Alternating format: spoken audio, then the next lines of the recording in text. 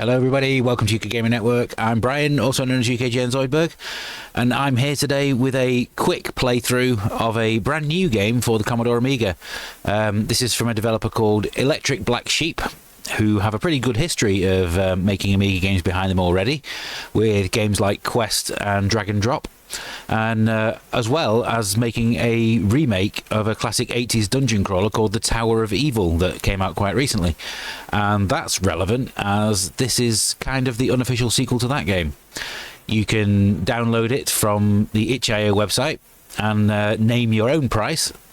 And with that you get the ADF files, a hard drive installation and a CD32 version. Both the hard drive and CD versions do feature more artwork and music than the ADF version, and I am playing this from the hard drive installation version, so let's get on with it. Now, the first thing that you'll notice when you play this game is that the actual sprite that you control, this little cat here, is pretty difficult to see against the background. Thankfully, it's not a game breaker in any way, because the graphics overall are pretty decent.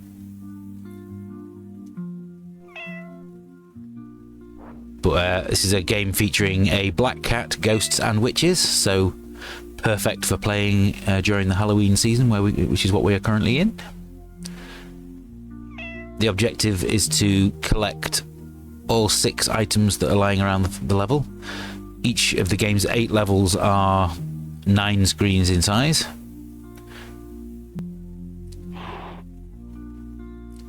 Once you collect on the first level, once you've collected all these 6 items, that will bring the ghost of the girl Olivia into being, because the cat cannot defend itself. So here she is.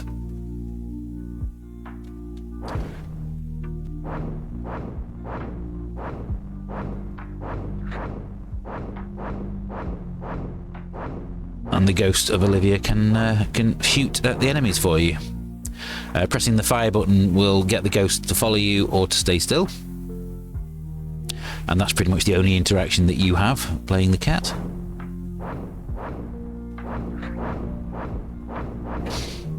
But you can go and stand behind the ghost for protection. So now that I have found the ghost, the objective is to find the pentagram in the middle of the map. Some pretty decent artwork in this game, I think you'll admit. I need this snake to die. There we go. Right, so there's the pentagram. Guide the ghost onto it and press the fire button, and that takes me to level 2.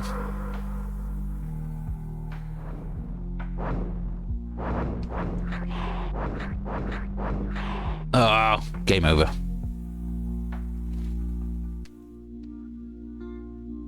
I think the game definitely loses something when you play it from the ADF version, because you don't get any music whatsoever during the game, so it's very quiet, apart from the odd little meow from the cat.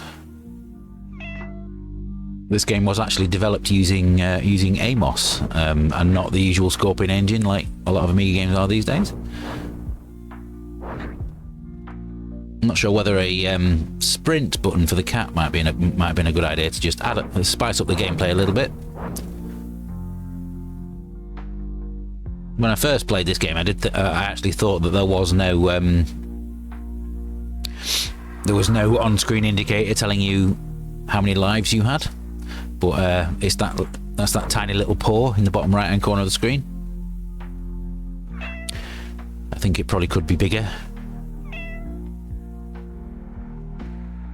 I think the ghost could probably move a little bit quicker, but again, that's me being a little bit nitpicky. Is that 6 items I've picked up? There was one bottom, ladybird. I'm not sure if that is 6 or not. Let me just check this room off to the right. I think it's definitely a case of once you've cleared enough of a path through the room, you can ignore the enemies and try and get out as quickly as you can.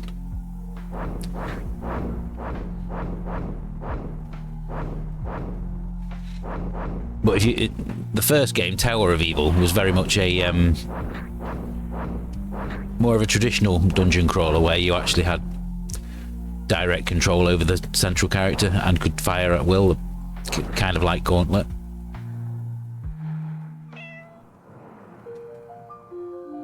Can I actually get through that yet? Probably not. No, I can't. So I've got more items to collect.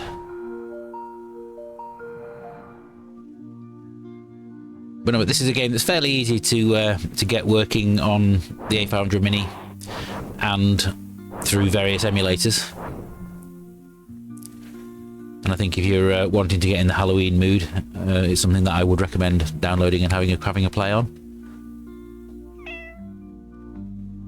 What I will say though is do not play this game if you are a cat owner and those cats are in the same room as you while you're playing it,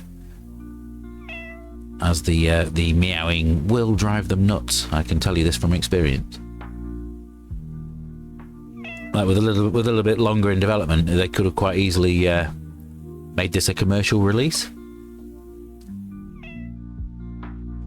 But I think if you are interested in playing this game, then give it a download, and I think the developers deserve any donation that you can give them.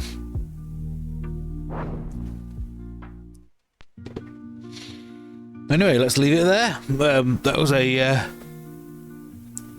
this is Tale of Evil, a game that I do recommend. I'll put a link to where you can download it from in the video description. Thank you very much for watching. Give us a like and subscribe if you have enjoyed this video. And while we're on the subject of cats and Halloween, why not check out the latest episode of UKGM Waffles, our monthly podcast, where UKGM Pad talks us through the challenge that he has given himself of only playing games with cats for the month of October. So if you want to know more, then I'll put the link to that podcast on screen along with the playlist of all episodes of Amiga Re-Review. So please make sure you check those out. So until next time, happy retro gaming, and I'll see you soon.